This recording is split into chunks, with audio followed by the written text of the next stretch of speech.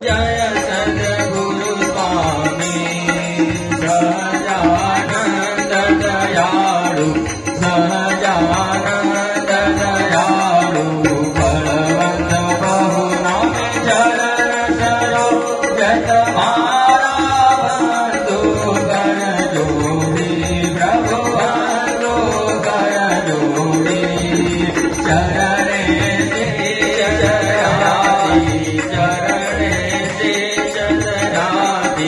दुख ना क्या तोड़े नारायण भ्राता निज कुल धनुधारी प्रभु निज कुल धनुधारी पामर पतित उदारा पामर पतित उदारा अगणित नर नारी जय जगौतम लीला करताय विनाशी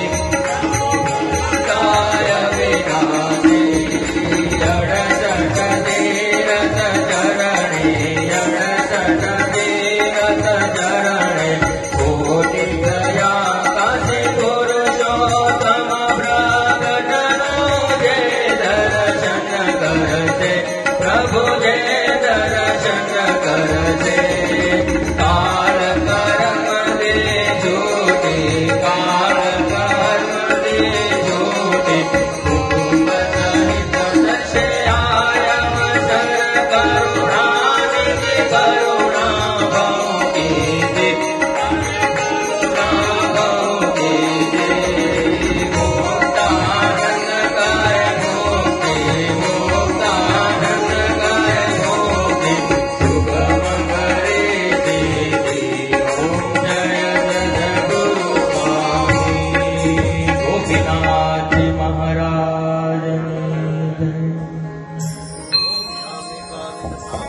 ગોપીનાથજી મહારાજની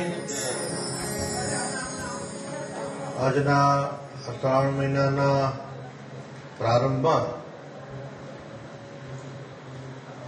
સ્વામિનારાયણ ભગવાનને અતિ વહાલું સ્થાન એવું આ દરબારગઢ, જ્યાં બેસીને ભગવાને અનેક વચનામૃતોના પાન કરાવ્યા છે. અનેક વખત ભગવાને શ્રીમદ ભાગવતજી જેવા ગ્રંથોનું શ્રવણ કરાયું છે. સત્સંગી જીવન જેવી અનેક પારાયણો થઈ છે, થઈ રહી છે અને થાય છે. એવા ઉન્મત્ત દરબારગઢમાં જ્યારે પવિત્ર શ્રાવણ માસમાં સત્સંગ, કથા, વાર્તા અને ધૂનનું આયોજન આપણે ગઢપુર મંદિર દ્વારા જ્યારે કરી રહ્યા છીએ અને શુભારંભ કરીએ છીએ, ત્યારે આજના આપણા વક્તા શાસ્ત્રી સ્વામી હરિપ્રસાદદાસજી બહુ વિદ્વાન છે, સારા કથાકાર છે, સદગુણી છે. ભગવાનના ખોળામાં બેસી ભગવાનની કથા વાર્તા કરવી અને સાંભળવી એ તો બહુ મોટી જેની પુણ્ય હોય એને એનો લાભ મળે. આ દરબારગઢમાં બેસીને જેટલા શ્વાસ લેવા મળે ને તોય માનવું કે આપણા બહુ મોટા ભાગ્ય અને પૂન છે. અને એના વગર આ દરબારગઢમાં બેસી પણ શકાતું નથી. એવા દિવ્ય સ્થાનમાં આજે શ્રી ભગવત કથાનો પ્રારંભ થઈ રહ્યો છે. ત્યારે ભગવાનને પ્રાર્થના કરું કે આ કથા વાર્તા અને ધૂનમાં જે ગામડાઓના, ગામના, આજુબાજુના, દેશ પ્રદેશના હરિભક્તોનો લાભ લેવા બહેનો ભાઈઓ જે આવશે એ દરેકના ઉપર ભગવાનની કૃપા વરસે, એનું મંગળ થાય એ ભગવાનના ચરણમાં પ્રાર્થના કરું. આપણે 10, સવા 10 સુધી કથા વાર્તાને સાંભળશું, પછી ધૂન કરશું કલાક, 1.5 કલાક, અને ત્યારબાદ બપોરે પણ ઠાકોર જાગે ધૂન કરશું કલાક, 1.5 કલાક, અને પછી ભગવાનની કથા. આ રીતનો રોજનો ક્રમ રહેશે. દરેક ભક્તોએ આની ખાસ નોંધ લેવી. જય સ્વામિનારાયણ. દિવ્ય ગુણયો સચિત સુખાત્મા સ્વરા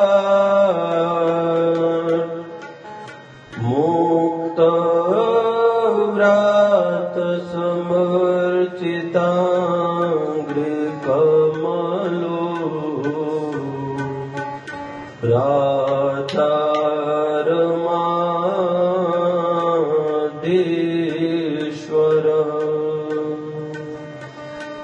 વેદર મૂર્તિધર સ્તુતોક્ષર પદે જુષ્ટોદિરાજ શ્રિયા તુષ્યાન પરમેશ્વરો ખિલ ગુરુ શ્રી સ્વામિનારાયણ.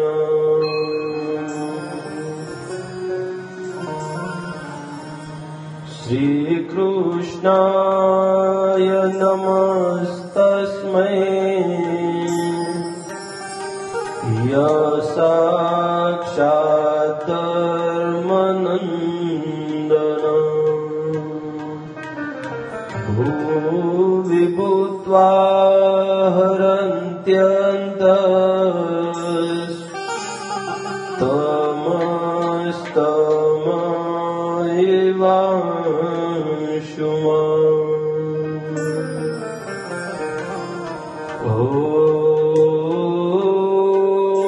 અવતારિણે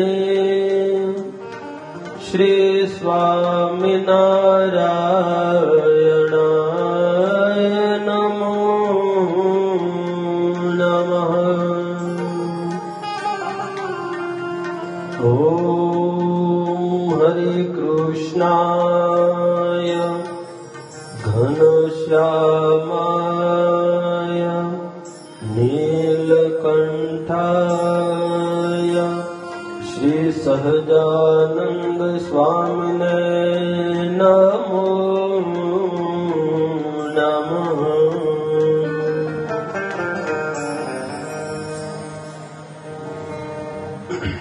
આજનો પવિત્ર દિવસ શ્રાવણ મહિનો શ્રી કૃષ્ણ શ્રી સ્વામિનારાયણ ભગવાન એમણે શિક્ષાપત્રીની અંદર ખાસ શ્રાવણ મહિનાની નોંધ કરી અને બિલ્વ પત્રાદ્વી ક્વાપી વર્મ નારાયણાત્મકમ શિવજીનું પૂજન ભાવપૂર્વક બિલ્વ પત્રાદિકી કરીને કરવું. સ્વામિનારાયણ ભગવાન ખુદ રાધાવાવ ત્યાં રહી અને આખો શ્રાવણ મહિનો રહી ત્યાં ભોળાનાથ છે ત્યાં પૂજન કરતા. પ્રસાદીના નીલકંઠ મહાદેવજી છે ત્યાં રુદ્રીઓ કરાવતા અને મહારાજે બહુ મહિમા શિવજીનો કીધો. એકાત્મમેય વિજ્ઞેયમ નારાયણ મહેશયો કે વેદ ઉપનિષદોની અંદર પણ નારાયણ અને શિવજીનું એકાત્મપણું બતાવ્યું છે એવું કીધું. આજે જયારે સોમવાર હોય અને શ્રાવણ મહિનાનો દિવ્ય પ્રારંભ થતો હોય ત્યારે અક્ષરધામ તુલ્ય આ દાદાનો દરબાર, અક્ષરધામનું મધ્ય આ દાદાનો દરબારગઢ ત્યાં બેસી અને ભગવાનના ગુણ ગાવા અને શ્રવણ કરવા બહુ મોટા ભાગ્ય હોય ત્યારે આ મળતું હોય છે. બહુ મોટા મોટા સંતોએ બહુ મહિમા કીધો છે. સૌથી પહેલા તો આભાર માનવો જોઈએ પૂજ્ય ચેરમેન સ્વામી, ટ્રસ્ટી મંડળ, બોર્ડ સલાહકારો હોય, પૂજ્ય ગુરુજી છે ભાનુસ્વામી, ભજન ભક્તિ કરતા હોય, દોડા દોડી હરિભક્તોની દેવની ચિંતા કરતા હોય. હું મારા માટે કહીશ, કારણ કે જેને જે પ્રમાણે મહિમા હોય એ પ્રમાણે બધા સમજતા હોય ને બધું કહેતા હોય. હું તો મારા માટે એટલું કહીશ કે અહીંયા પહેલેથી હું કહેતો આવું છું, જયારે પહેલી વાર કથા કરવા માટે બેઠો દેવપક્ષ આવ્યું ત્યારે મેં કીધું હતું અને હજી એ જ વાત કહીશ, એ જ મહિમાની વાત કરીશ કે અહીંયા આપણને બેસવા દે, કથા વાર્તા કરવા દે, આ સંતોના ચરણમાં લાખ લાખ વંદન કરીએ તો પણ ઓછા છે. એવો મહિમા આ દરબારગઢનો છે. આપણા નંદ સંતો ખાલી જો એમ કહેતા હોય કે અહીંયા બેસીને કોઈ શ્વાસ લે આ ભૂમિ ઉપર તો એમાં ભાગ્ય કયા ન જાય, એટલા બધા ભાગ્ય કહેવાય, એટલો બધો મહિમા જો નંદ સંતો કહેતા હોય તો આપણા કેટલા મોટા ભાગ્ય હશે કે આ પવિત્ર જગ્યામાં બેસી, આ અક્ષરધામના મધ્યની અંદર બેસી અને આપણને ભગવાનના ચરિત્રનું ગાન કરવા મળે અને એનું શ્રવણ કરવા મળે. આજે ઘણા બધા હરિભક્તો અહીંયા આવવાના હતા, અમુક હરિભક્તો આવી ગયા છે, ગોપીનાથજી મહારાજની પાસે દર્શન કરતા હશે. હમણાં પાનસડાથી ફોન આવ્યો તો બધા હરિભક્તો આવ્યા છે. બધા હરિભક્તોને વિનંતી કરીશ કે જેમ બને એમ જલ્દી અહીંયા સભામાં આવે અને જે ભક્તો આવ્યા છે એ બધા આવી સભામાં પોતપોતાનું સ્થાન અહીંયા આવીને ગ્રહણ કરે. આ દાદાનો દિવ્ય દરબારગઢ અહીંયા ભગવાનના ચરિત્રોનું ગાન જેટલું કરીએ એટલું ઓછું છે. સત્સંગનો મહિમા, આ કથા વાર્તાનો મહિમા આપણા શાસ્ત્રોની અંદર બહુ કહેવામાં આવ્યો છે. ત્યારે આ લાભ આપણને ઘણા બધા પુણ્ય આપણા પૂર્વ જન્મના હોય ત્યારે આપણને આ લાભ મળતો હોય છે. ત્યારે જે પણ હરિભક્તો ચોકમાં હોય તો એ સૌ હરિભક્તોને વિનંતી કરીશ કે અહીંયા દરબારગઢમાં આવી પોતપોતાનું સ્થાન, અહીંયા સુંદર મજાની ખુરશીઓ મૂકેલી છે ત્યાં આવીને પોતપોતાનું સ્થાન ગ્રહણ કરશે. વલ્લભ ભક્તો, આપણે 2 મિનિટ માટે પહેલા સૌ પ્રથમ ધૂન, આપણો વૈદિક સિદ્ધાંત કે કથા વાર્તા કરીએ તો પહેલા 2 મિનિટ ભગવાનનું નામ સ્મરણ કરીએ. ત્યારબાદ આપણું મન છે એ થોડું એકાગ્ર ચિત્ત થાય, પછી ભગવાનના ચરિત્રોનું મહિમા અને એ ચરિત્રોનું શ્રવણ કરીએ. તો આવો 2 મિનિટ ભગવાનનું નામ સ્મરણ કરીએ. જય સ્વામી નારાયણ વાલા રે સ્વામી નારાયણ.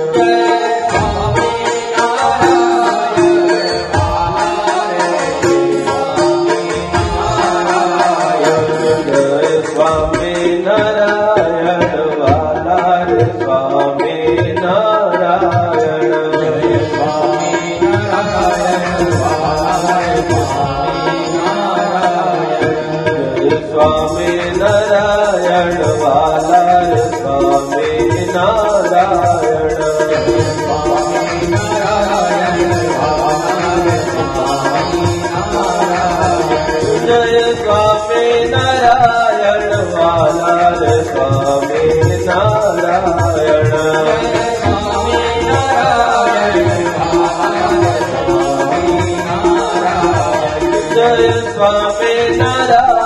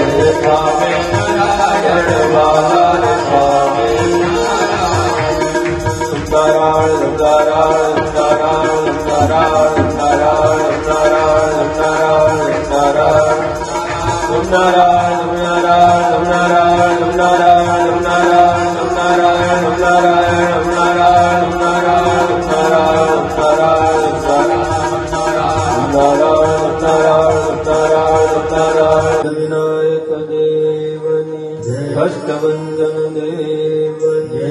ઓમ નમઃ પાર્વતી પતય હર હર મહાદેવ.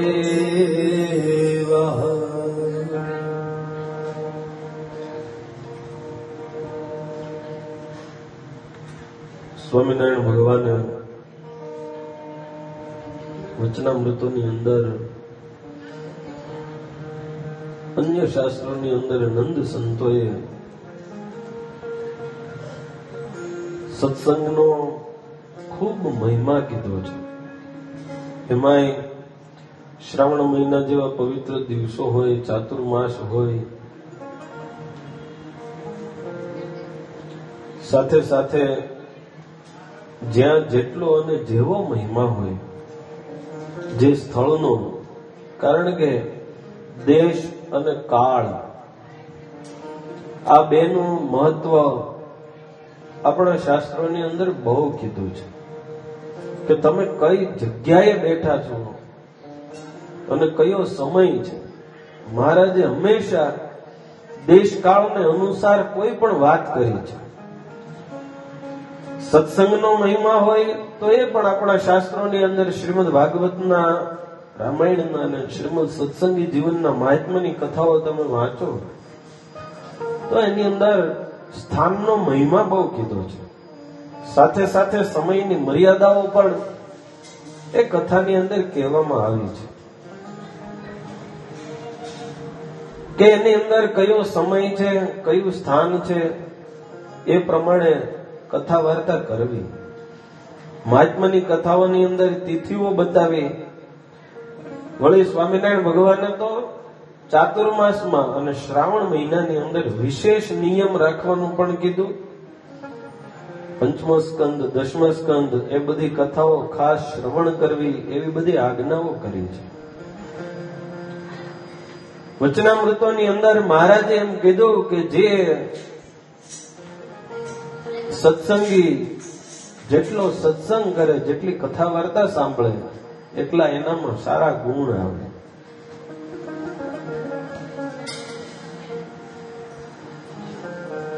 આ જગતની અંદર એમ કહેવાય છે કે બધું મળવું સરળ છે, સુલભ છે. બધા સાધનોની અંદર જો સૌથી દુર્લભ કોઈ સાધન હોય તો એ સત્સંગ કીધો છે. આજ સુધી કોઈ સાધનને સત્સંગ જેટલું દુર્લભ કોઈ સાધન કહેવામાં આવ્યું નથી.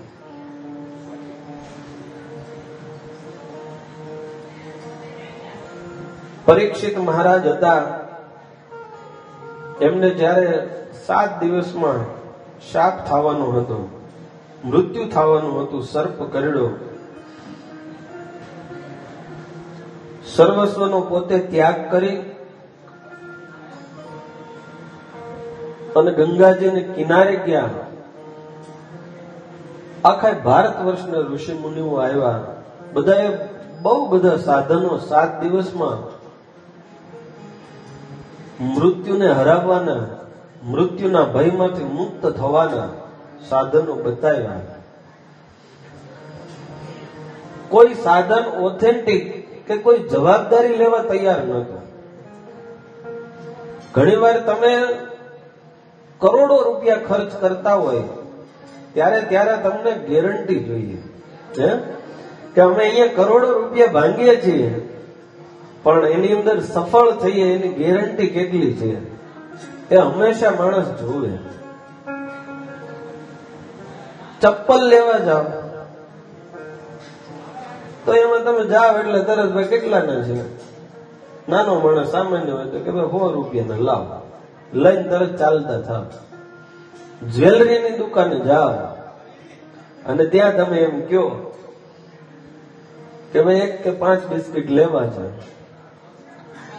તો તમે સીધા ભાઈ લો, આ 5 બિસ્કિટ છે 5 લાખના કે જે કઈ 6 લાખના થતા હોય લઈને હાલતા થાવ ચપ્પલની જેમ. એમ ન હોય. એ યુઆઈડી કે જે કઈ અત્યારના ગવર્મેન્ટના બધા સર્ટિફિકેટ આવતા હોય એ બધા સર્ટિફિકેટ તમે લ્યો, એની પાસેથી લખાણ લ્યો, પાકું જીએસટી વાળું બિલ લ્યો, માર્કો મારેલો છે કે નહીં એ તમે જુઓ, અને પછી તમે નક્કી કરો ઓકે ચાલો હવે આ સોનું લેવાય. શું કામ? મોંઘું છે, દુર્લભ છે, એટલા માટે તમે બહુ બધું જોશો. પરીક્ષિત મહારાજ હતા, આખા ભારત વર્ષના ઋષિ મુનિઓ આવેલા, બધાએ સાધન બતાવ્યા, પણ બધાની પાસે ગેરંટી માંગી કે તમે બધા મને ગેરંટી આપો છો કે 7 દિવસમાં મારું કલ્યાણ થઈ જશે? તો બધા હાથ ઊંચા કરી લીધા. ગેરંટી નહીં, થાય તો થાય, નોય થાય. પરીક્ષિત મહારાજ કે તો નકામું, કારણ કે હું મારું અમૂલ્ય જીવન, દેવોને પણ દુર્લભ એવો મનુષ્ય દેહ મારો દાવ ઉપર લગાડું છું. આવો મોંઘો મનુષ્ય દેહ જયારે દાવ ઉપર લગાડવા માટે તૈયાર છું, ત્યારે મારે ગેરંટી જોઈએ કે 7 દિવસમાં મારું કલ્યાણ થાય. કોઈ ગેરંટી આપી નહીં.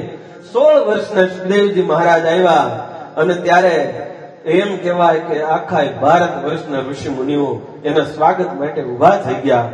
અને સુખદેવજી મહારાજ આવ્યા, પૂજન કરી, ઊંચા આસને બેસાડી અને એના ચરણની અંદર માથું મૂકી અને રડતા રડતા હાથ જોડીને એમ કીધું, ગુરુદેવ 7 દિવસની અંદર મારું કલ્યાણ થાય એવું કંઈક સાધન બતાવો. જે માણસ મૃત્યુ સન્મુખ બેઠો હોય એને શું કરવું જોઈએ આ જગતની અંદર? આ મનુષ્ય દેહ પ્રાપ્ત થયો છે તો આ મનુષ્ય દેહની શું સાર્થકતા છે, શું કૃતાર્થતા છે, એ ગુરુદેવ મને કહો. સુખદેવજી મહારાજ કહે કે ભાઈ આ 7 દિવસ સુધી એક આસને મારી સામે બેસી જા, ભગવાનની કથા વાર્તા અને શ્રીમદ ભાગવતની કથા તું સાંભળ.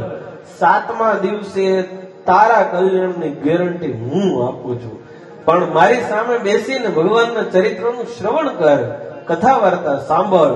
તો આ જગતની અંદર પરીક્ષિત મહારાજને જયારે ગેરંટીની જરૂર પડી ત્યારે સત્સંગ અને કથા વાર્તાએ ગેરંટી આપી કે 7 દિવસમાં તારું હું કલ્યાણ કરીશ. બાકી કોઈ સાધને ગેરંટી ન આપી કે તમારું કલ્યાણ અમે કરશું. અને એટલા માટે આ જગતની અંદર દુર્લભમાં દુર્લભ જો કાંઈ હોય તો એ સત્સંગ છે, એ ભગવાનની કથા વાર્તા છે. હનુમાનજી મહારાજ હતા, આ જગતની અંદર રામને ઋણી હનુમાનજીએ રાખ્યા હોય તો એ માત્ર ને માત્ર એક જ કારણ હતો કે હનુમાનજી મહારાજને ભગવાનના ચરિત્રો બહુ વાલા હતા. રામચરિત સુની 2 કો રસિયા, રામ લખન સીતા મન બસિયા. તો ભગવાનના ચરિત્રો, આ સત્સંગ એ બહુ દુર્લભ છે. ભગવાનની કૃપા થાય એને જ ભગવાનના ચરિત્રો શ્રવણ કરવા મળે છે. બિનુ સતસંગ વિવેક ન હોય, રામ કૃપા બેનો સુલભ ન સોય. સતસંગ વિવેક ન હોય, રામ કૃપા બેનો સુલભ ન સોય. મતિ કીર્તિ ગતિ મોતે બુલાય, જગ જેહી જતન જેહી પાય.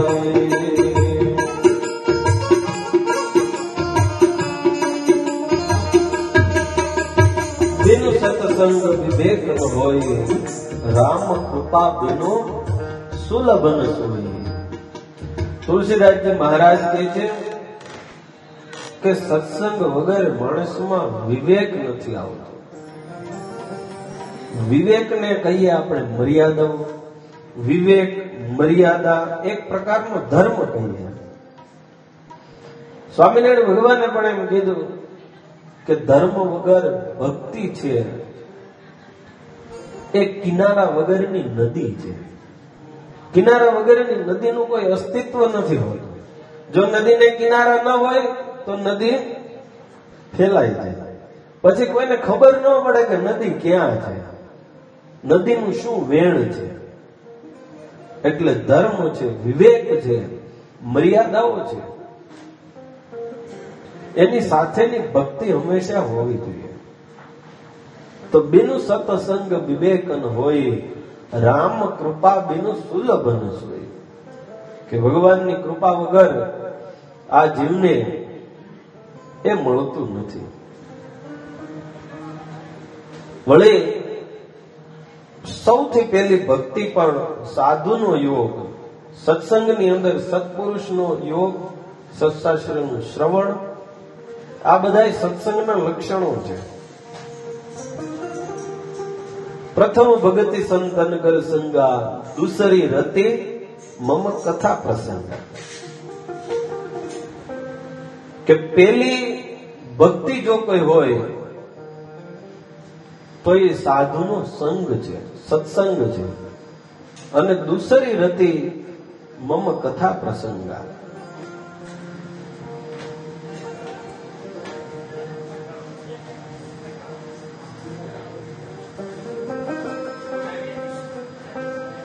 સંતોના યોગ વગર માણસની અંદર ભક્તિ, વિવેક, આ બધા રૂડા ગુણ, સત્સંગ શ્રવણ કરવા માટેનો જે મહિમા છે, સત્સંગનો મહિમા છે, એ રૂડા ગુણ કોઈ એમને એમ આવતા નથી. અને એટલા માટે સ્વામિનારાયણ ભગવાને પણ સત્સંગનો મહિમા કીધો, સાધુનો મહિમા મહારાજે ખુદે કીધો કે એના દ્વારા જ માણસની અંદર રૂડા ગુણ આવે છે. 58માં વચનામૃતની અંદર આનંદાનંદ સ્વામીએ પ્રશ્ન પૂછ્યો કે બહુ પૂર્વના મલિન જે કર્મો હોય, કુસંસ્કારો હોય, એ કઈ રીતે બળે, એ કેમ ટળે? અને ત્યારે સ્વામિનારાયણ ભગવાને કીધું કે અતિશય જે મોટા મહાપુરુષો હોય અને મહાપુરુષનો રાજીપો જો આ જીવાત્મા ઉપર પડે તો ગમે એવા મલિન કુસંસ્કારો હોય એ ટળે, એનો નાશ પામે. ગમે એવો વિઘ્ન મોટો આવનારો હોય પણ મહાપુરુષનો રાજીપો જો આપણા ઉપર થાય તો એ વિઘ્નનો નાશ થઈ જાય છે. મહારાજના વચનામૃતના શબ્દો છે. અને વળી પાછું એમ કીધું કે મોટા પુરુષનો રાજીપો એ કેમ મળે? સ્વામિનારાયણ ભગવાન કહે પ્રથમ તો નિષ્કપટ ભાવે એ સાધુની પાસે વર્તે. કામ, ક્રોધ, લોભ, મદ, મત્સર, આશા, તૃષ્ણા, અહંકાર, ઈર્ષ્યાઓ ઇત્યાદિ જે કાંઈ દુર્ગુણો છે એનો ત્યાગ કરે. મહારાજના વચનની વાત કરું છું. સ્વામિનારાયણ ભગવાન કહે કે મહાપુરુષનો ગુલામ થઈને રહે, અંતરની અંદર જે માનનો ભાવ છે એ ટળે, દેહે કરીને બધાયની આગળ નમતો રહે, તો એના ઉપર મહાપુરુષનો રાજીપો પ્રાપ્ત થાય.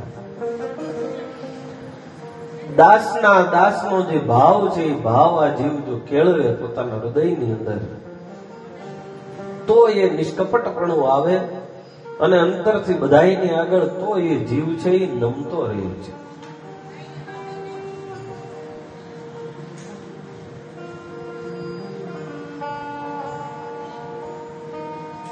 ભગા દોશી હતા, શિવલાલ શેઠ હતા. એ શિવલાલ શેઠ જયારે સત્સંગ કરવા માટે બેઠા સભાની અંદર તો એમને ક્યાંકથી સોપારીનો ટુકડો મોઢામાં કંઈક મૂક્યો હશે. ગુણાતીતાનંદ સ્વામી સત્સંગ કથા વાર્તા કરતા હતા તો એ ટુકડો ચાવતા જાય તો દાંતની વચ્ચે લઈને સેજ દબાવે એટલે કટ લઈને અવાજ આવે. હે આ સભાની અંદર કોઈ સોપારીનો ટુકડો ચાવતા હોય તો અહીં ખબર પડે, અવાજ આવે, અહીં મને સંભળાય, નો સંભળાય. શું કામ? કે ત્યારે સંતો કથા વાર્તા કરતા તો કેવી રીતે કરતા? એક કે બે હરિભક્તો જે આવ્યા હોય એ બેસે અને એની આગળ સત્સંગ કથા વાર્તા જે કઈ ભગવાનની વાત કરવી, આ રીતની કથા વાર્તા જાજે ભાઈ થતી. સ્પેશિયલ આવી રીતે આયોજન, સ્પેશિયલ આમંત્રણ આવું કઈ નતું ત્યારે. જયારે હરિભક્તને ટાઈમ મળે આવે અને બેસે સ્વામી પાસે ઘડી, તો એવી કંઈક બે ભગવાનની વાત કરે, આ રીતના કથા વાર્તા કરતા હોય. પણ એ શિવલાલ શેઠ આવી રીતે ચાતુર્માસ હશે અને સ્વામિનારાયણ ભગવાનને કહેલું કે ગમે એટલો મોટો વહીવટ હોય, હવે ત્યારે એ મોટા, અત્યારે જે મોટા મોટા ઉદ્યોગપતિઓ છે ને અંબાણી ને બધા, ત્યારે એવા મોટા એ ધનપતિ હતા શિવલાલ શેઠ. કારણ કે ભાવનગર મહારાજ એના દરબારની અંદર સ્પેશિયલ એનું આસન પડતું એ શિવલાલ શેઠનું. આટલા મોટા ધનવાન શેઠ હતા. અને એને સ્વામિનારાયણ ભગવાનને કહેલું, ભલે ગમે એટલો મોટો વહીવટ તમારો વ્યવહાર હોય, પણ વર્ષમાં ઓછામાં ઓછા 1 મહિનો તમારે કથા વાર્તા શ્રવણ કરવી. એ જ્યાં સુધી ગોપાળાનંદ સ્વામી શ્રવણ કરાવતા ત્યાં સુધી ગોપાળાનંદ સ્વામીની પાસે કથા વાર્તા સાંભળી અને પછી ગુણાતીતાનંદ સ્વામી પાસે જઈને ત્યાં કથા વાર્તા સાંભળતા.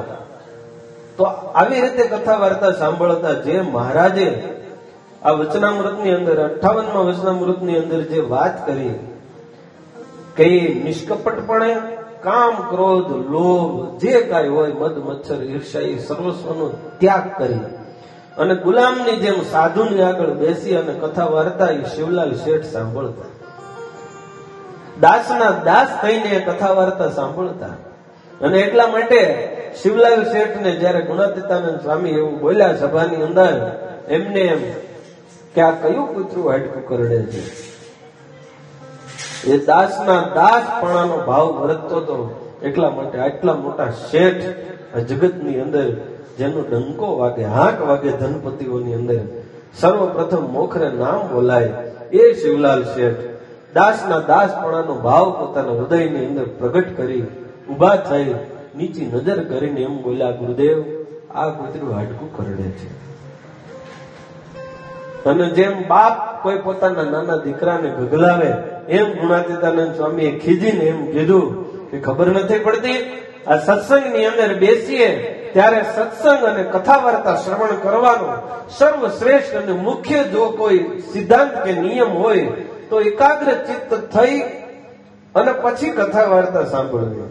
તમારા મોઢાની અંદર તમે આવી રીતે સોપારીના ટુકડા કકડાવતા હોય તો એની અંદર મન રહે, કથામાં ન રહે તો જાઓ કાઢી આવો ટુકડો, અને બહાર જઈને ટુકડો કાઢી આવ્યા ને આવીને પાછા આવીને સભાની અંદર બેસી ગયા. એ ક્યારે થાય? ત્યારે દાસના દાસપણાનો ભાવ વર્તતો હોય, પૂરેપૂરો મહિમા એ સંતનો આપણા હૃદયની અંદર ભરાયેલો હોય, ત્યારે એ સાધુના વચન છે એ આપણને સાચા લાગે, ત્યારે આપણને સમજાય, ત્યારે આપણને કંઈક થોડાક અંશે મનાય. એટલા માટે મહારાજ અને અહીંયા તુલસીદાસજી મહારાજ પણ એમ કીધું કે સાધુ છે એ જંગમ તીર્થ છે. તીર્થ બહુ બધા છે, પણ સંત છે એને જંગમ તીર્થ કીધું છે. મુદ મંગલમય સંતા સમાજો જો જગદંગમ તેરથરાજો. મુદ મંગલમય સંતા સમાજો જો જગદંગમ તેરથરાજો. જો જગદંગમ તેરથરાજો. જો જગદંગમ તેરથરાજો.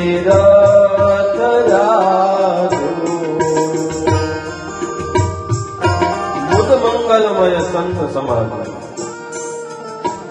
જો જગ જંગમ તીર્થરાજ. આ જગતની અંદર જંગમ તીર્થ અને તીર્થરાજ જો કોઈ હોય તો એ સંત સમાજ છે. એના જેવું કોઈ જંગમ મહાતીર્થ નથી. કારણ કે પેલું તીર્થ છે ત્યાં તમારે જવું પડે.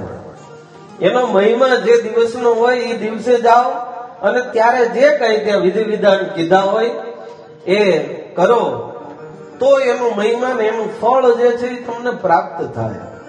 પણ સંત સમાજ કેવું છે, જંગમ તીરથ છે, હાલતું ચાલતું તીરથ છે.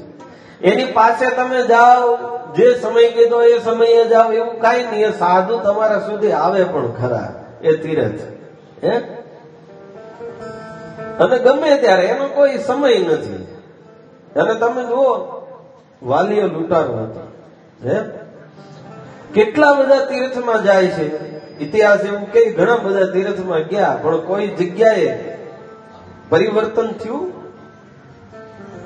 પણ નારદ રૂપે સંત એ જંગમ તીરથ એ જયારે મળ્યું ત્યારે વાલિયામાંથી વાલ્મીકી ઋષિ એ ત્રિકાળ જ્ઞાની મહાન ઋષિ કહેવાના, અને એમણે જે રામાયણની રચના કરી યાજ્ઞવલ્ક્ય ઋષિ વાલ્મીકી ઋષિ થયા.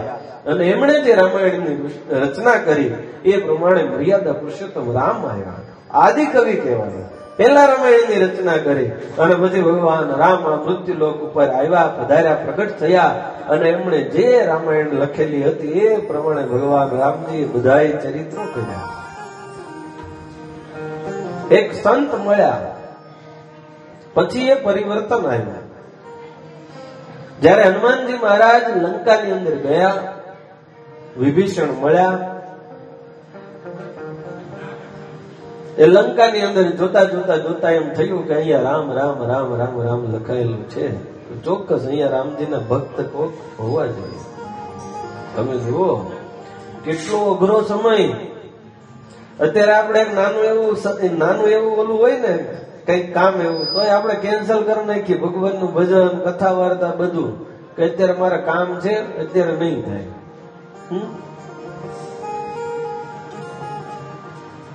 એ વિભીષણ મહામંત્રી લંકાના અને રાવણના વચ્ચે બધા રાક્ષસોની વચ્ચે રહેતા હતા, અને તોય પોતાના મહેલની અંદર રામ રામ રામ લખાવે, રાત્રિ દિવસ રામ રામ રામ ભજન કરે. આટલી બધી તકલીફ, આટલી અઘરી પરિસ્થિતિ તો કોઈને નહીં હોય ને આ જગતમાં, તોય કરે જ ભજન. બધાએ ચડાવ્યા ચારે બાજુ, અને રાવણને એવી કાન બંબેરણી કરી, રાવણ ધુમા ફુમા થઈ ગયો. કે ભલે એક બાપના બે દીકરા રહ્યા, ભલે મારો નાનો ભાઈ હોય, આજ તો મારી નાખું વિભીષણને. મારા દુશ્મનનું નામ લખ્યું છે મહેલ ઉપર ને મારા દુશ્મનનું ભજન કરે છે. ધુમા ફુમા થતો બીજા મંત્રીઓ પાસે આવ્યો મહેલે, આવીને વિભીષણને બોલાયો કે કેમ મારા દુશ્મનનું નામ લખ્યું છે? આખું જગત વાતો કરે છે કે મહારાજ આ જગતને કદાચ તમે બધાને દબાવી શકો, પણ આ લંકાના મહામંત્રી અને તમારા ભાઈ છે એ ખુદ તમારા દુશ્મનનું કે નામ લઈને બેઠા છે. અને ત્યારે શાંત ભગવાનના ભક્ત હતા એટલે હંમેશા શાંત હોય. શાંત મંદ મંદ હસતા હસતા બહાર આવીને કે ભાઈ, આખું જગત ગમે એ કહેતું હોય પણ હું તો તારો નાનો ભાઈ છું, તું મારો મોટો ભાઈ છો, તું તો મને સમજ, તું તો સમજ કે.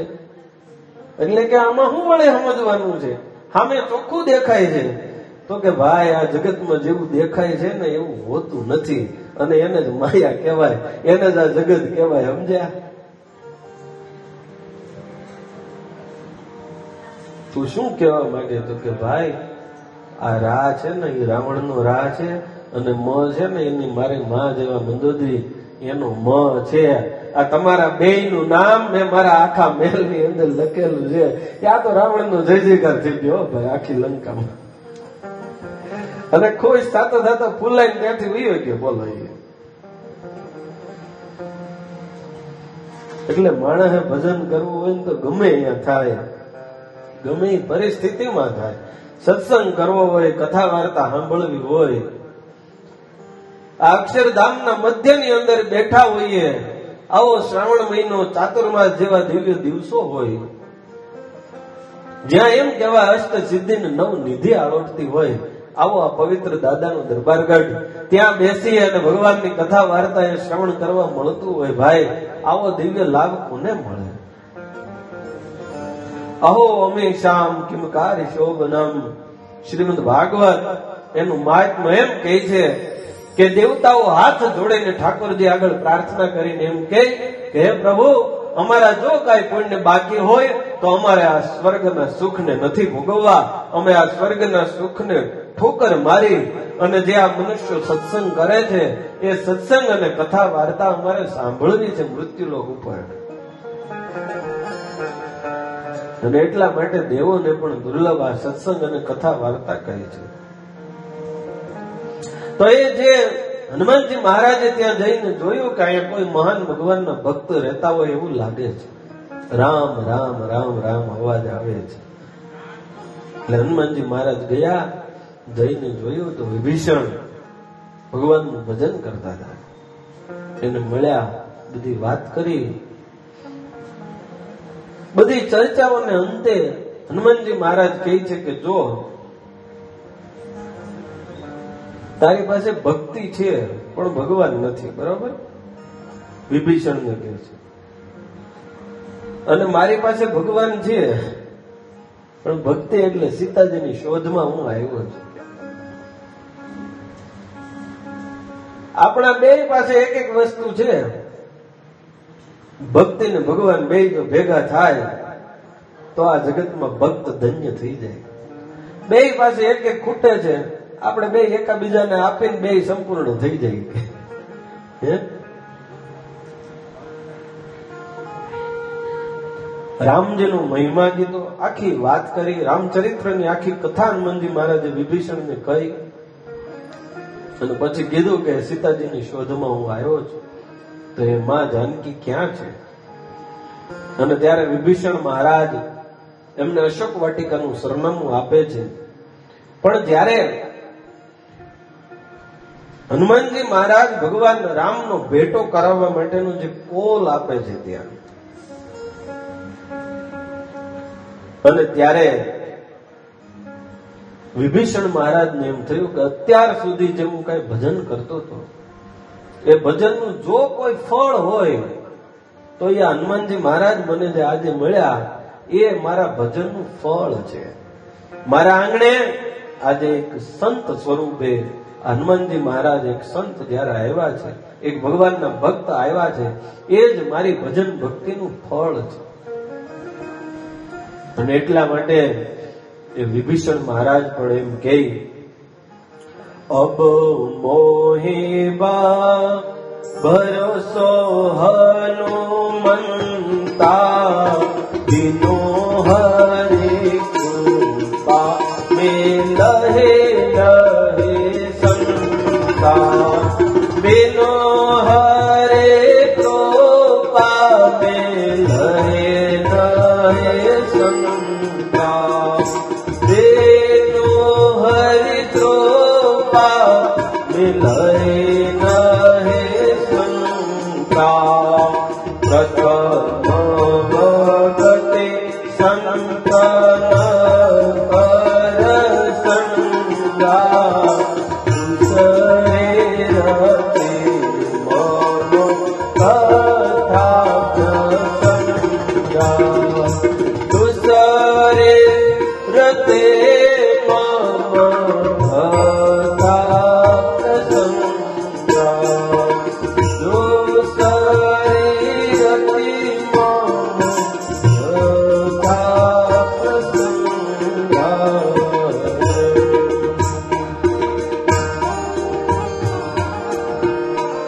સંત મળે અબ મોહી ભા ભરોસો હનુમંતા, હરે કૃપા બિનો મિલહી નહીં સંતા. આ સત્સંગ અને સંત ભગવાનની કૃપા સિવાય આ જીવને મળતા નથી. તમે જુઓ, અહીંયા તુલસીદાસજી મહારાજે એમ ન કીધું કે બહુ જન્મના પુણ્યથી કે પુણ્યથી તમે સંત કે સત્સંગને પ્રાપ્ત કરી શકો એવું ન કીધું,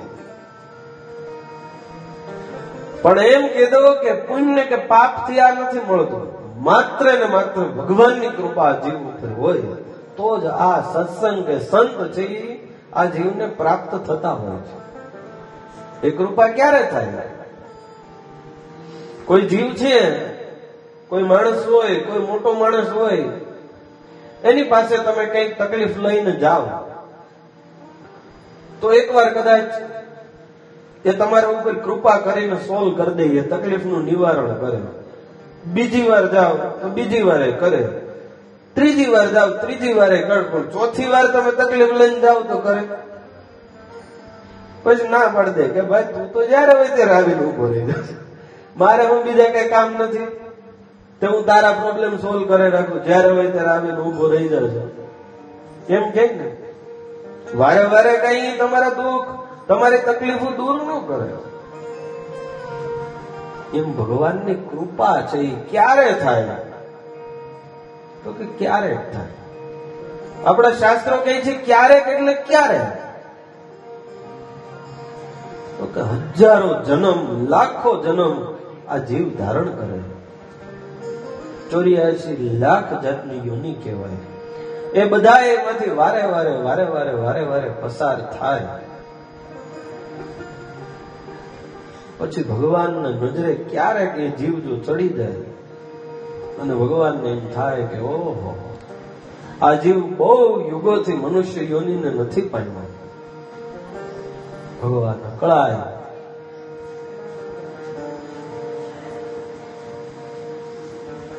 ત્યારે ભગવાન કરુણા કરે.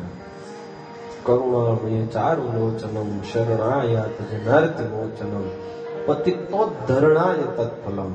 પછી આ પતિત જે જીવ છે એનો ઉદ્ધાર કરવા માટે ભગવાન વિચાર કરે છે કે હવે આને એકવાર મનુષ્ય દેહ આપું અને જો સુધારો કંઈક થાય, સત્સંગ કથા વાર્તાનો યોગ આપે, જો એ યોગ પ્રમાણે આ જીવ ચાલે અને સત્સંગ કથા વાર્તા કરી અને આ જીવ પોતાના જીવનું રૂડું કરી લે, પોતાના જીવ માટે કંઈક કરી લે.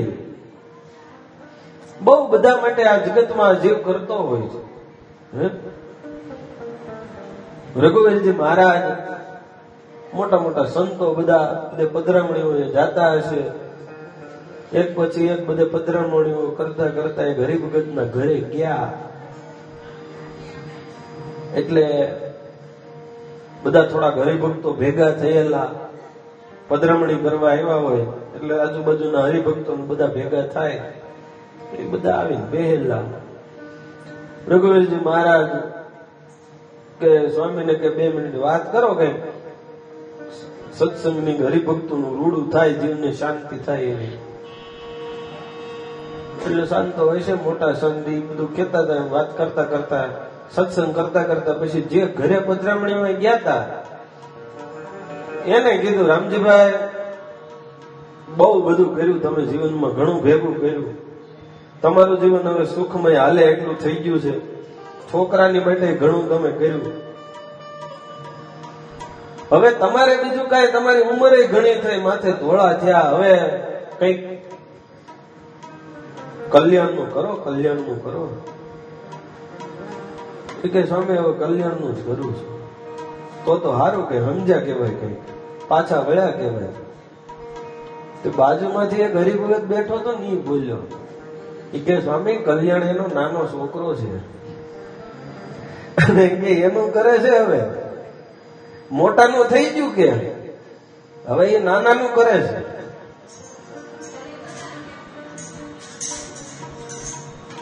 તો આ જીવ પાછો વળે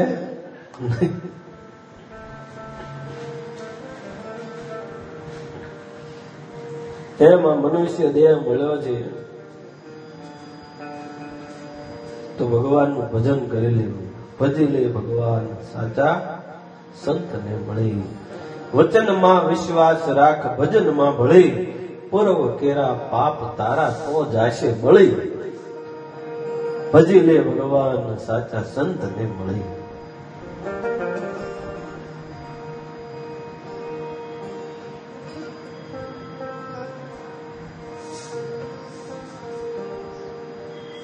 સંતનો અને સત્સંગનો મહિમા છે એ આપણા હૃદયની અંદર ધારીને જો બેઠા હોય તો આ કથા વાર્તા, આ સત્સંગ, આ મહિમા એ બધું સફળ થાય, એ બધું લેખે થાય.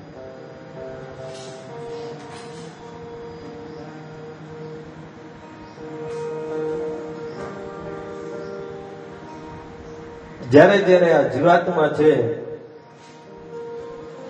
એમણે મહિમાથી સત્સંગ કર્યો, કથા વાર્તા કરી, ત્યારે ત્યારે આ જીવનું રૂડું સહજતામાં થયું છે. મુક્તાનંદ કહે મુક્તિ સુગમ કરી સીધી. એ મુક્તિ બહુ સીધી અને સરળ છે. જો આ જીવ મહિમા પોતાના હૃદયમાં ધારણ કરીને સત્સંગ કથા વાર્તા કરે તો. દેવર્ષિ નારદ હતા, એને સત્સંગનો મહિમા જાણવો હતો તો ભગવાનની પાસે ગયા, હાથ જોડીને કીધું કે સત્સંગનો મહિમા કોને કહેવાય પ્રભુ, કેવો હોય, કેટલો હોય? કે તારે જોવું છે? કે હા પ્રભુ જોવું છે. તો કે જા, પેલો કીડો છે વ્રજમાં રોડ ઉપર ચાલ્યો જાય છે, એને પૂછજે સત્સંગનો મહિમા કહેશે. એને જઈને સત્સંગનો મહિમા પૂછ્યો, એ કીડો મરી ગયો. નારદજી પાછા આવ્યા, પ્રભુ એ કીડો તો મરી ગયો. તો કે જા, ફલાણી જગ્યાએ ગાય છે, એને ત્યાં વાછરડાનો જન્મ થયો, ત્યાં જઈને પૂછજે સત્સંગનો મહિમા, એ વાછરડો કહેશે. ત્યાં જઈને કાનમાં જઈને કીધું કે સત્સંગનો મહિમા શું છે, તો વાછરડો ધબલે પડી ગયો. પછી ત્યાંથી ભાગ્યા નારદજી કે મરવી નાખશે ભગવાન, મારી વાયા પડ્યા. જેને પૂછ્યું એ બધા મરી જાય છે. હવે તાજું જન્મેલું વાછરડું હોય ને, હવે ગરીબ માણા હોય ને ગાય માંડમાં વિયાણી હોય, વાછરડું મરી જાય તો હોવા દે ગાય, દૂધાણું જાય ને ઓલા. નારદજી આવ્યા ધુઆ કુઆ થતા, જગતમાં કોઈ દિવસ ઈ કઈ મહિમા કે? અરે મોટા મોટા સાધુ અને મહાપુરુષોનું દેવર્ષિ ગણાવ અને એમની પાસે જઈને એવું પૂછું કે સત્સંગનો મહિમા શું કહેવાય, તો એમને નહીં ખબર પડતી હોય કે આ કીડા અને આ વાછરડાઓ એ મને શું સત્સંગનો મહિમા સમજાવે. પાછા ગયા, પ્રભુ મને સત્સંગનો મહિમા શું કહેવાય મારે જોવું છે, પણ આવી રીતે નહીં બાપા, સીધી રીતે મને કહી ગયો. કે કેમ? તો કે જ્યાં જાઓ ત્યાં જેને પૂછવું મરે, કીડા પાસે ગયો ધી મરી ગયો, વાછરડા પાસે ગયો ધી મરી ગયો. ભગવાન કે હવે છે ને કાશીમાં રાજાને ત્યાં રાજકુંવરનો જન્મ થયો, બહુ મોટી ઉંમરે. એ કે એની પાસે જા. કે પ્રભુ હું જાઉં છું ઘરે, મારે કઈ તમારા મહિમા નથી જાણવા. કે ઓલા કીડા પાસે ગયો તો અહીંયા પૂછ્યું એ મરી ગયો, વાછરડા પાસે ગયો તો એને કીધું એ મરી ગયો. હવે રાજકુમાર મરે મને મૂકે, જેલમાં ઘાલે. રાજા થોડો જવા દે? ઓલા બધા તો સજ્જન હતા, જવા દીધો. આ નો જવા દે, મારે કઈ નથી જાણવું, મારે કઈ નથી જોવું, એમને એમ કરીશ થાય એટલું. ભગવાન કે નારદ એકવાર જા, છેલ્લી વાર, એવું કઈ નહીં થાય. અને પછી એમ કહેવાય કે રાજકુમાર પાસે ગયા, પૂછ્યું તો એ રાજકુમાર હતો, નાનું એવું બાળક, હાથમાં લીધું, કોદડીમાં લઈને હાથમાં આપ્યું. રાજા રાજી રાજી થઈ ગયો કે દેવર્ષિ નારદ ઓહો મારા આંગણે મારા દીકરાને આશીર્વાદ દેવા માટે સામેથી પધાર્યા. રાજા હરખ ગયેલો થઈને દીકરો હાથમાં દીધો, કાન પાસે મોઢું લઈ જઈને કીધું કે સત્સંગનો મહિમા શું મારે જાણવું છે. ત્યારે ગુગવાટો કરીને બાળક બોલ્યું કે ખાલી એક સત્સંગ આટલો શબ્દ તમારા મુખે મેં સાંભળ્યો તો હું કીડામાંથી જેની અંદર દેવતાઓનો વાસ છે એવી ગાયને ત્યાં જન્મ મળ્યો, અને ત્યાં સત્સંગ આટલો શબ્દ સાંભળ્યો, તમારો યોગ ખાલી માત્ર થોડી વાર માટે થયો, તો હું એ પશુના દેહમાંથી છોડી, વાછરડાના દેહને છોડી અને અહીંયા ક્યાં રાજા, ક્યાં મનુષ્ય દેહ, દેવોને પણ દુર્લભ, અને એમાં રાજાને ત્યાં રાજકુમાર થયો. માત્ર એક ઘડી આધી મેં પુનિયાદ, તુલસી સંગત સંત કી કટે કોટી અપરાધ. મારા કરોડ જન્મના અપરાધો હતા એ બધાય કાપી અને દેવોને દુર્લભ એવા મનુષ્ય દેહને જો પામ્યો હોય તો એ માત્ર ને માત્ર એક ઘડી, આધી ઘડીમાંથી આ તમારો યોગ થયો. નારદજીને કહે છે, અને સત્સંગ આટલો શબ્દ મેં સાંભળ્યો, એનાથી હું આ દેવોને પણ દુર્લભ એવા દેહને પામ્યો. આ સત્સંગનો મહિમા છે. જયારે વશિષ્ઠ મુનિ ને વિશ્વામિત્ર મુનિ બંનેની વચ્ચે અણબનાવ થયો, વિવાદ થયો, કારણ કે વિશ્વામિત્રને રાજર્ષિ માંથી બ્રહ્મર્ષિ થવું હતું. આખા એ ત્રિલોકીના બધા ઋષિ મુનિઓ વિદ્વાનો એ ભેગા થઈ અને વિશ્વામિત્ર મુનિને રાજર્ષિ માંથી બ્રહ્મર્ષિ નું પદ આપ્યું. વશિષ્ઠ મુનિ કહે છે હું ન માનવા, બધાય માને, આખી ત્રિલોકીમાં એક ન માને. અને ત્યારે વિશ્વામિત્રને થોડો દ્વેષ થયો. વશિષ્ઠ એક નથી માનતા, મને બ્રહ્મર્ષિ બાકી આખું જગત માને છે. એટલે ધીરે ધીરે દ્વેષના કારણે હાથમાં હથિયાર લઈ કેટલાય દીકરાઓનો વધ કરી નાખ્યો વશિષ્ઠ મુનિના. છેલ્લે એ એક બાકી રહ્યા. પછી એમ થયું કે હવે એક વશિષ્ઠ બાકી છે, એને જો મારી નાખ્યો, આ જગતમાં મને કોઈ રાજર્ષિ માનનારો ન રહે, બધા મને બ્રહ્મર્ષિ માનશે. એને મારવા માટે ગયા.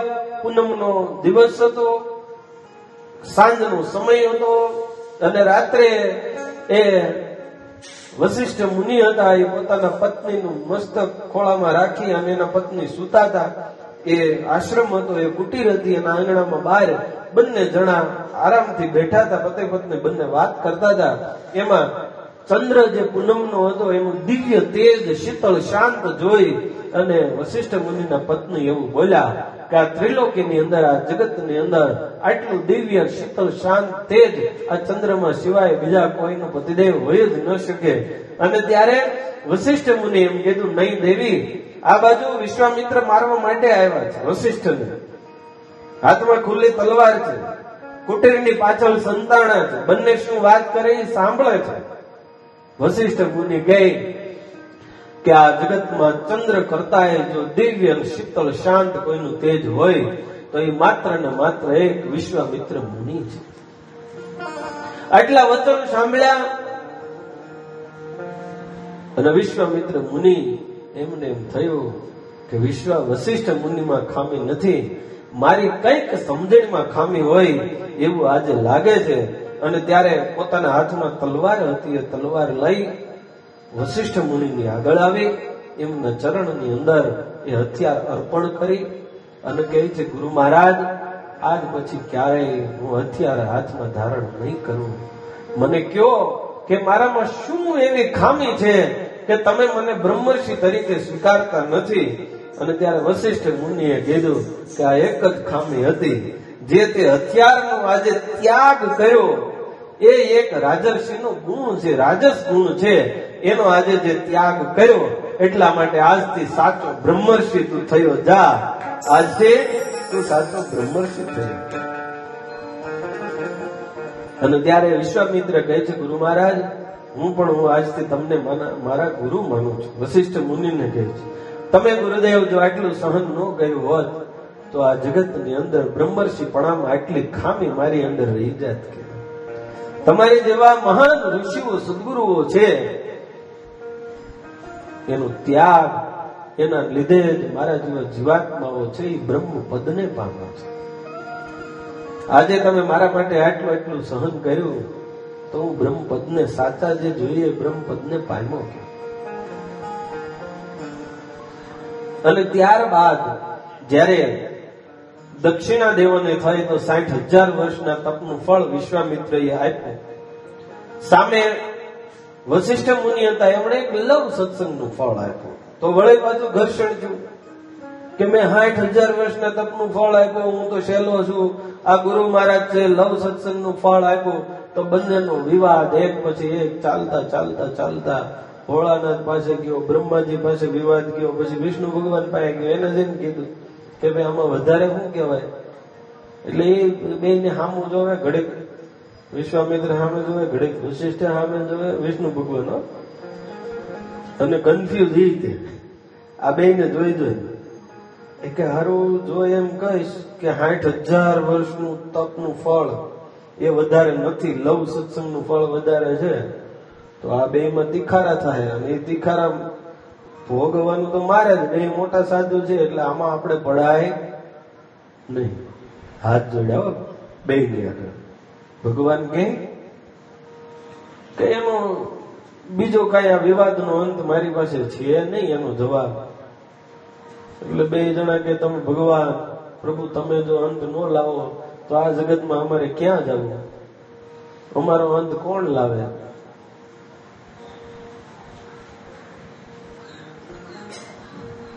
આમાંથી એક ગુણ લેવા જેવો છે કે સાધુ સંતોનું ગમે હોય એમાં આપણે પડવું નહીં. જે હોય જે પોતપોતાની રીતે સમજે. કારણ કે છે અંતે હિસાબ તો બધાએ પોતપોતાનો પોતે જ દેવાનો છે. કોઈ કોઈનો હિસાબ દેવાના નથી. ગમે એ હોય, ગમે એવું હોય. આપણો હિસાબ આપણે જોવાનો છે, ચોખ્ખો રહે છે કે નહીં. એમાં સાધુ સંતોના દ્વેષ રૂપી કીચડ એ નો આવે. આપણો હિસાબ બગડે નહીં એનું ધ્યાન કોણે રાખવાનું છે? આપણે જ રાખવાનું છે. એ કઈ બીજા કોઈ નો રાખે નહીં. એ આપણે જ જોવાનું છે. કારણ કે આપણા જીવનું રૂડું આપણે કરવું પડશે. સંત અને ભગવાનની કૃપા હોય તો સરળ થાય. બાકી બીજા કોઈ કઈ નથી કરી દેવાના.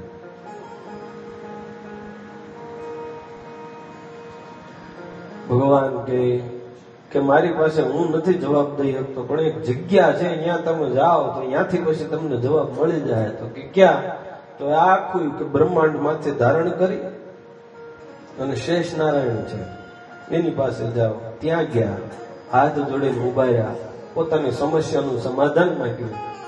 શેષ નારાયણ કે આટલું મોટું બ્રહ્માંડ માથે લઈને હું ઉભો છું, આટલો બધો વજન, માથે આટલો બધો ભાર હોય, સમસ્યાનું સમાધાન થાય કે ન થાય? તો આ થોડું હળવું કરો કંઈક, તો હું સમસ્યાનું સમાધાન. તે બે સામે સામે એકબીજાને સામે જોવે. વશિષ્ઠ અને વિશ્વામિત્ર એ કે આ કેમ હળવું કરવું? આખું બ્રહ્માંડ તો કે સામે હું જોવો છું? બે જણા આખા બ્રહ્માંડમાં ફરો છો કે લવ સત્સંગનું ફળ વધારે, આનું તપનું ફળ વધારે. તો મૂકો તપનું ફળ, કરો હળવું. અને ભાઈ હાથમાં જળ લઈ અને 60,000 વર્ષના તપનું ફળ મૂક્યું. કાંઈ હળવું થયું નહીં. વશિષ્ઠ મુનિએ એક લવ સત્સંગ એટલે આમ આંખ પટપટાવો એટલી વાર જે કરેલો તમારો સત્સંગ, એ સત્સંગનું ફળ હાથમાં અંજળી લઈ અને મૂક્યું અને હળહળાટ કરતું એક વેત બ્રહ્માંડ હતું એ ઊંચું થયું.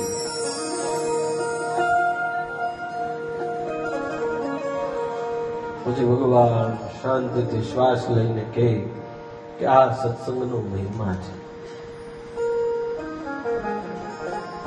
પણ એ સત્સંગનો મહિમા પ્રથમ ભગતિ સંતન કર સંગા, દુસરી રતિ મમ કથા પ્રસંગા. એ સાધુનો યોગ પેલા કરો. અને એટલા માટે સ્વામિનારાયણ ભગવાન કે સંત જાણજો મારે મૂર્તિ રે, તેમાં ફેર નથી એ કરતી રે. સંત ભમે તે વેળો ભમું રે, સંત ન બોલે હું એ ન બોલું રે. સંત જમે તે ભેળો જમું રે, સંત બોલે તે વેળો હું બોલું રે.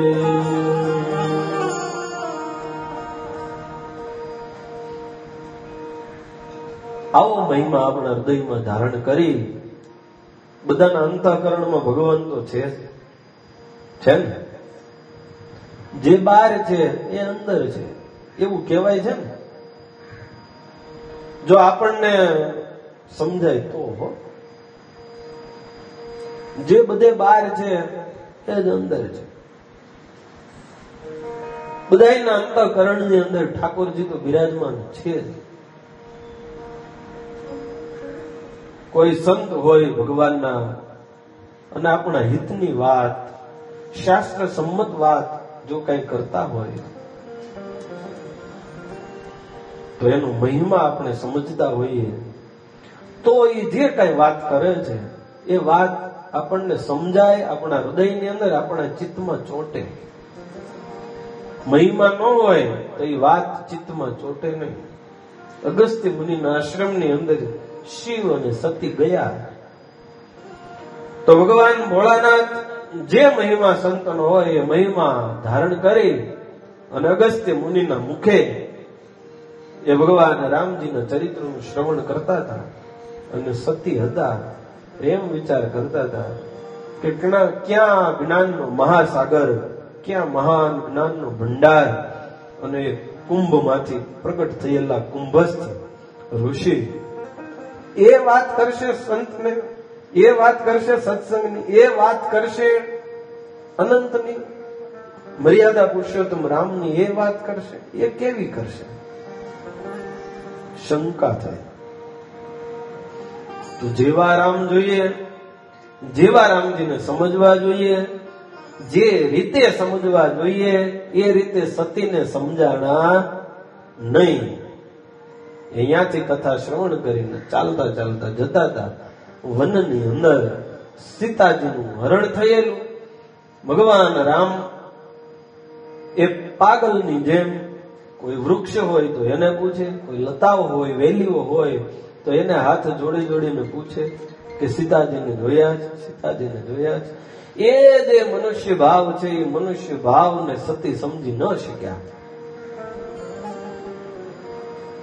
અને પરીક્ષા લેવા માટે શિવજીને કહે છે કે તમે અહીંયા બેસો, હું હમણાં પરીક્ષા લઈને આવું છું.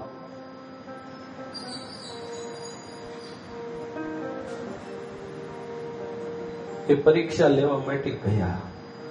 રામાયણની અંદર બહુ બહુ અદભુત અને સમજવા જેવી કથા. ભગવાનમાં શંકા થઈ હોય જ્યારે જ્યારે જેને સતી અને સુગ્રીવ આ બે ની કથા છે એની અંદર ઘણા બધા સામ્ય છે. એ બે કથાની અંદર સતીને શંકા થઈ કે આ કોણ છે. સુગ્રીવ જ્યારે ઋષ્યમુખ પર્વત ઉપર હતા, હનુમાનજી મહારાજ મહામંત્રી હતા, ત્યારે સુગ્રીવને પણ શંકા ગઈ. દૂરથી જોયું કે કોઈ બે સિંહ પુરુષો આવે છે. આગે ચલે બહુરી રઘુરાયા, ઋષ્યમુખ પર્વત નિયરાયા, તહા રહે સચિવ સહિત સુગ્રીવા, આવત દેખી અતુલ બલ સિંહા. બે ભાઈઓને જોયા એટલે શંકા થઈ કે આ કોણ હશે. મારો ભાઈ વાલી છે, એને તો કોઈને નહીં બળશાળી મહાપુરુષો મોકલ્યા હોય ને મને મારવા માટે, કારણ કે ડરના લીધે તો અહીંયા જઈને બેઠા હતા. ત્યાં બલી જઈ નતો હકતો એટલે ઋષ્યમુખ પર્વત એનો શાપ હતો એટલે ત્યાં જઈને સુગ્રીવ રહેતો હતો. એટલે કે હમણાં કોઈ બીજાને મને મોકલ્યા હોય એવું લાગે છે. આ કોણ છે? ભગવાનને ઓળખી ન શક્યા કે આ ભગવાન છે, આ આવે છે એ મહાપુરુષો. એટલા માટે જો સતી નતા ઓળખી શકાય. એને એમ થયું આ કોણ છે, સુગ્રીવને એમ થયું આ કોણ છે. હવે જોજો બંનેની પાસે સદગુરુ છે. એક એક સુગ્રીવ પાસે હનુમાનજી મહારાજ છે અને સતીની પાસે શિવજી છે. શિવજી જેવા સંસારમાં સદગુરુ અને હનુમાનજી મહારાજ જેવા સદગુરુ આ સંસારની અંદર કોઈ શ્રેષ્ઠ એના કરતા હોય જ ન શકે. અને બંને એક જ છે. શંકર સુવન કેસરી નંદન. હે હનુમાનજી મહારાજ કોના અવતાર હતા? ભોળાનાથ. શ્રાવણ મહિનો સોમવાર હોય પવિત્ર, એનો આજે પ્રારંભ હોય. આપણે જયારે સત્સંગ કરવા માટે બેઠા હોય, તમે એ મહિમા અક્ષરધામનો મધ્ય હોય ભાઈ. એ બધો જયારે વિચાર કરીએ ત્યારે આપણું હૃદય આમ ગદગદ થવા મળે. બંનેની પાસે સદગુરુ હતા, બંનેની શંકા હતી. ફેર એક ત્યાં પડી ગયો. તમે જોજો, ફેર એક ત્યાં પડી ગયો. સતીએ એમ કીધું કે તમે બેસો, હું જઈને જોઈને આવું, જાણીને આવું. જે સદગુરુ દ્વારા જાણવું જોઈએ એ સદગુરુને એમ કીધું કે તમે બેસી જાઓ, હું જાણીને આવું છું. આ બહુ મોટી ભૂલ આ જીવની હોય છે. જયારે એમ કે ગુરુ મહારાજ સાધુઓ તમે બેસી જાઓ, તમને કઈ ખબર નથી પડતી, અમે બધો આ જગતમાં જાણીએ છીએ, ત્યારે આ જીવનું બહુ ભૂંડું થાય. એટલું યાદ રાખે. અને સુગ્રીવજીએ એમ કીધું હનુમાનજીને કે હું અહીંયા બેઠો છું, તમે જાણીને જઈને આવો કે એ કોણ છે. અહીંયા ફેર પડી ગયો. હનુમાનજી મહારાજ ચાલતા થયા. અને એક બીજી વાત, આ સમાજ, આ સંસાર અને ઋષ્યમુખ પર્વત એ બે આમ તો સરખા છે. તુલસીદાસજી મહારાજે બહુ સરસ વાત કરી. ગૃહ કારજ ના જંજાલા તે અતિ દુર્ગમ શૈલ વિશાલા. સુગ્રીવજી પર્વત ઉપર રહે છે, નાથ શૈલ પર કપિપતિ રહે. અને બીજું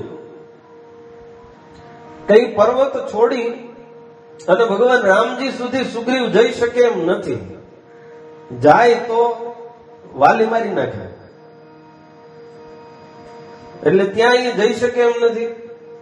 આ જીવ છે એ સંસાર છોડીને ભગવાન સુધી જઈ શકે એમ નથી. બરાબર? પણ હનુમાનજી જેવા સદગુરુ મળે તો આ જીવ છે એ ભલે ભગવાન સુધી ન જઈ શકે, પણ સુગ્રીવના કહેવાથી હનુમાનજી મહારાજ જઈ અને જેમ રામજીને ઋષ્યમુખ પર્વત ઉપર લઈ આવ્યા હતા, એમ હનુમાનજી જેવા સદગુરુ આપણા જીવનની અંદર હોય તો ભગવાનને લઈ અને આપણા સંસાર રૂપે ઋષ્યમુખ પર્વતમાં ભગવાનને લઈને આવે અને ભગવાન જીવ અને જગદીશ્વરનો ભેટો કરાવી દે.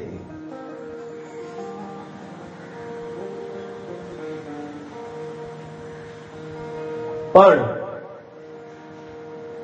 સંતનું શરણું આ જીવે લેવું પડે.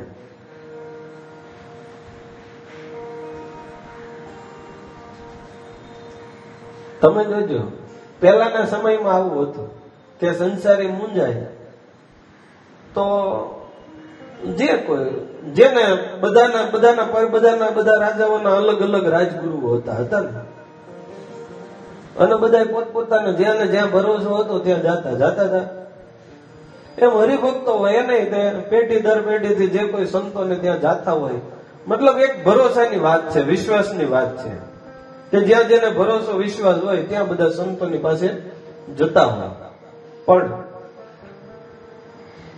જ્યારે સંસારની અંદર એવો કોઈ ભય કે એવી કોઈ તકલીફ આવે ત્યારે લોકો સંતની પાસે જતા અને એમને કહેતા કે અમને મૂંઝવણ છે. દશરથ મહારાજ ગયા,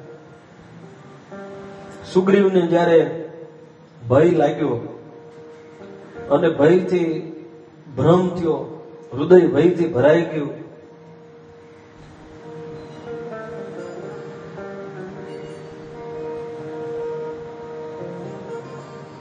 સતીને પણ ભગવાન જોયા ભ્રમ થયો કે આ ભગવાન છે કે નહીં. સુગ્રીવને પણ ભ્રમ થયો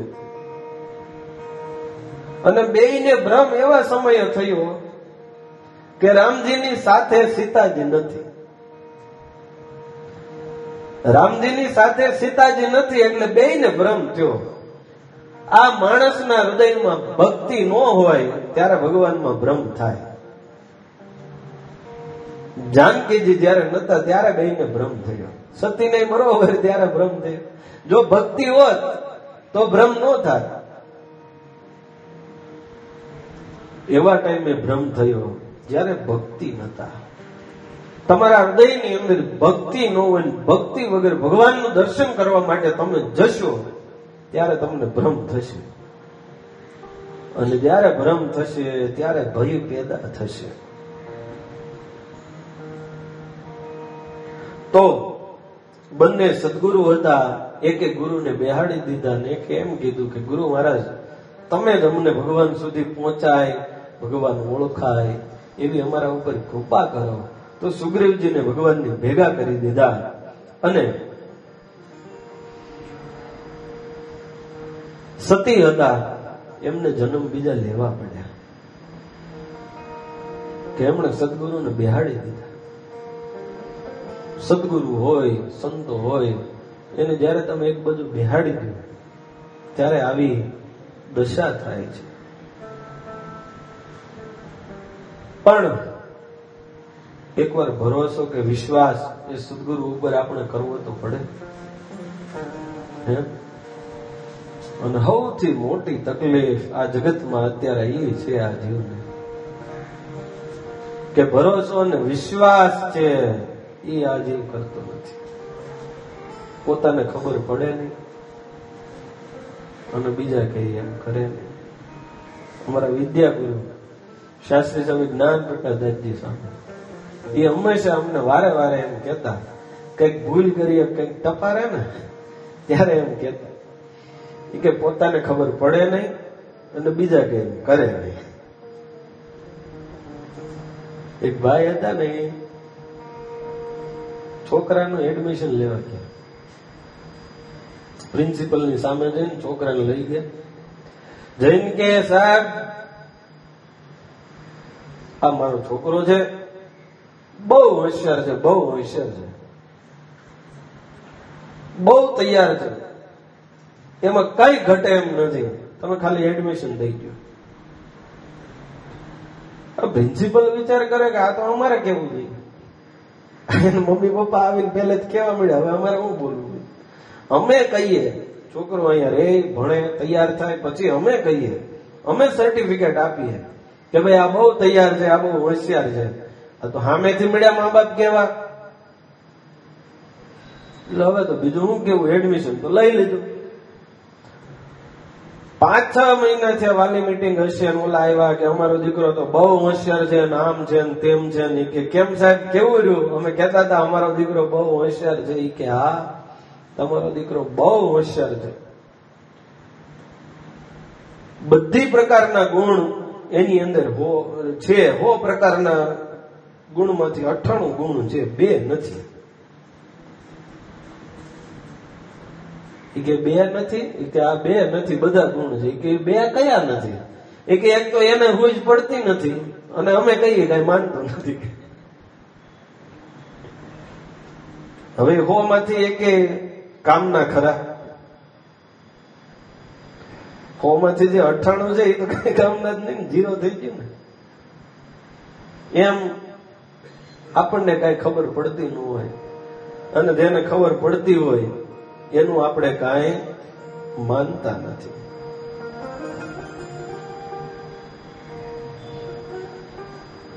સુગ્રીવજી હતા એ માન્યા. એટલે જે જાણે છે, જે સમજે છે એને મોકલ્યા. કઈ જશે તો કઈક રિઝલ્ટ આવશે, તો કઈક ખબર પડશે. કારણ કે ઘણી વાર આપણે જે આંખેથી જોવું જોઈએ એ આંખે આપણે જોતા નથી. આપણે હંમેશા એમ કહીએ સિયા રામ મય સબ જગ જાની, કરવ પ્રણામ જોરી જુગ પાની. કે બધે છે ભગવાન, એવું આપણે કહીએ છીએ ને, પણ બધે ભગવાન આપણને દેખાય છે. એની માટે દ્રષ્ટિ જોઈએ. આપણામાં એવી દ્રષ્ટિ હોય તો જે બધે ભગવાન છે એ આપણને દેખાય.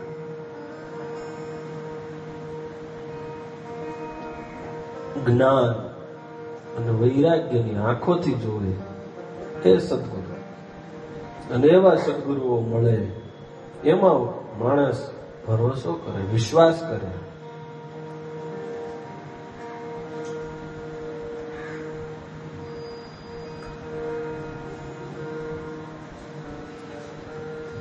કારણ કે સદગુરુ છે, સંત છે, જેના હૃદયમાં ભગવાન છે, તો એને સામે શું દેખાય? ભગવાન દેખાય. ઓલો ડોક્ટર હતો, નંબર ચેક કરતો હતો, ઓલું મૂકે જુદા જુદા ઓલા અને કે દેખાણું કે આ દેખાણું વાંચ તો બકમો ખ હવે લખ્યું હોય વાંચવાનું હોય ને નંબર ઓલા ચશ્મા ચડાવે કે વાંચ, એટલે અહીંયા લખ્યા હોય ચિત્ર વિચિત્ર બકમા ખ કે હા. પછી બીજી આંખમાં કે આમાં સહેજ ઝાંખું દેખાય એટલે સહેજ આમ ફેરવીને કે વાંચ તો કે ઢક્કમમાં ફ કે રેડી હાલ. બીજો આવે ઈ બે. એક જણો દૂરથી જોવે એ કે માળા બેહાડે ઘડીક બે વાંચવા મળે છે એટલે એ જઈને બેસી જાય. એને બધા ચશ્મા ઓલા નાખે ને નંબર ચેક કરવાના, એને ટેકડી જેટલા હતા ને ભરેલા બધા નાખ્યા. આડાવળા ઉભા બધી રીતે ફેરવાય કે વાંચે કે નથી વંચાતું, વાંચે કે નથી વંચાતું. હવે આખી બધી પોલી પૂરું કરે પછી ડોક્ટર વિચાર કરે આને કે શું હશે? એટલે પછી કે તું કેટલું ભણ્યો છો? એ કે કઈ નહીં, હાવ અભણ છો. એક ટપલી માર્યો. એ કે તું ભણ્યો નથી તો ક્યાંથી વંચાય? તને શું ખબર કયો બકમ સકમ છે? બધા એ કે તમે વાંચતા નથી શીખવાડો? કે વાંચતા નથી શીખવાડતો, જોતા શીખવાડો છે. અને અંદર જો ભણતર હોય તો આ બહાર જે કઈ લખ્યું હોય વાંચી કે તારી અંદર જ નથી તો બહાર કેમ વંચાય? ઉભો થા. જે સદગુરુઓ અંદર લઈને બેઠા હોય, જ્ઞાન વૈરાગ્ય રૂપી આંખો લઈને બેઠા હોય, અંદર જેના અંતઃકરણમાં ઠાકોરજી છે એને જોઈ શકતા હોય, એ ઠાકોરજી બહાર જોઈ શકે. બાકી જે અંદર ન જોઈ શકે, અંદર નથી, તો પછી બહાર તમને ક્યાંય નહીં દેખાય. તુલસીદાસજી મહારાજ કહે સિયા રામ મય સબ જગ જાની. આ કણ કણમાં રામ છે, પણ રામને જોવા માટેની દિવ્ય દ્રષ્ટિઓ એ આપણી પાસે નથી. એ હનુમાનજી મહારાજ જેવા સદગુરુઓ હોય તો એને ખબર પડે, એ જોઈ શકે અને એ લઈ આવે.